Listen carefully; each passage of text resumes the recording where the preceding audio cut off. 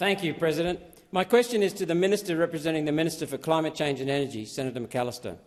On Monday, Minister Watt provided a figure for the cost of the net zero transition to the economy at $122 billion. AEMO discounted the $500 billion cost by 7% a year, producing a figure of just $122 billion. This left out substantial elements of the cost, which Frontier Economics puts at over $650 billion.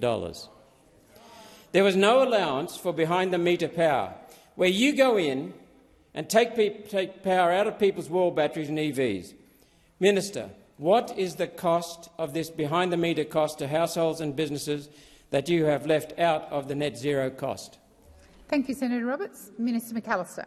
Thank you very much, President. Well, Senator Roberts yet again asks for more detail in response when questioning a publication that is in the public domain. That is in the public. Order. Order. Order. This is Senator Roberts' question. He's entitled to a response, and the minister is entitled to silence. Minister McAllister, please continue. Thanks very much, President. Well, I can inform Senator Roberts, as I have in the past, that the government's approach is to rely on the advice of experts, and the experts at AEMO conduct intensely detailed, publicly available, engaged work with a community of experts to cost the transition for our power system to 2050. And I will say that they have provided information publicly again and again and again that the cheapest path to 2050 to meet our electricity system requirements lies in renewables, firmed by batteries, by other forms of storage and by gas. I will say, though, Senator Roberts, that the approach we take, which is to listen to the experts and provide significant amounts of detail in the public domain for scrutiny, is quite different to the approach taken by your party. And I have checked the One Nation website, and you've actually done some work, some policy work over the summer. There was 88 words worth of energy policy previously on the One Nation website about energy and prices. It's down now, I understand, to 33 words or thereabouts. It used to say that you were committed to building low-emission coal-fired power plants. You've now moved to a new variation on this, which says that you're going to change the NEM rules to incentivise coal and gas-fired power. But I make this point, to your credit, it's a great deal more detail than those opposite have provided. The people opposite have proposed a risky nuclear system, which they cannot find an expert willing to back, $600 billion's worth on the taxpayer tab, no plan how to pay for it, no plan how to deliver it, and the only certainty that it will drive up costs. Has expired. Order. Order. Senator Ayres, I've called the chamber to order. That includes you. Senator McKenzie, I think I've called you to order enough times this question time.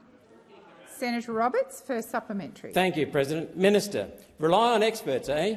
Bombshell Freedom of Information documents show that AEMO was directly instructed by your government to take net zero as a forced assumption. Despite your claims, AEMO's process was not independent of Labor's political agenda.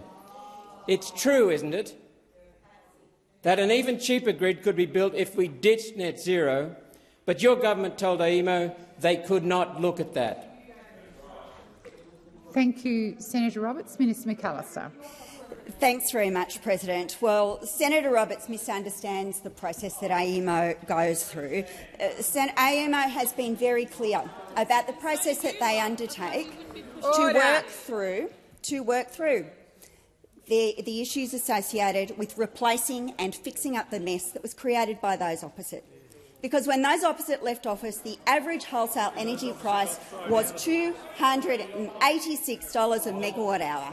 And just like we inherited a 6.1% inflation rate, which they don't take responsibility for, they won't take responsibility for the mess that they left either. They know exactly what was going on. Prices were going up. And what did Mr Taylor do at that time? He went off to the Governor-General to make arrangements to hide that price increase from the Australian people before an election. What a disgrace. There is a lot of work to do.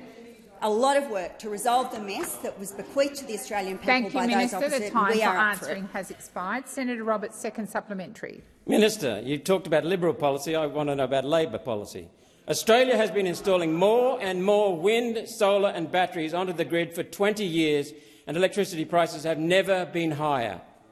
South Australia, the wind and solar capital, has spot prices averaging $200 per megawatt hour for the last quarter. When will you admit the truth that your net zero is pushing Australia into poverty? Thank you, Senator Roberts. Minister McAllister. Well, thank you, President. That statement is simply incorrect. The prices that are reflected in the way that Australians experience their bills are not to do with the spot price. They are an average price from all of the prices that are experienced within the national electricity market. And the truth is that renewables remain the cheapest form of new generation. We've got a lot of work to do. These guys managed the electricity system or mismanaged it over a decade. 22 policies, 4 gigawatts of dispatchable generation left the grid, only 1 came on. That actually causes a problem. That requires resolution. When we left office, prices were very, very high. There was no plan. There was no plan at all, and our government is working through the necessary steps to put in place the generation to secure Australia's interests into the future. Thank you, Minister.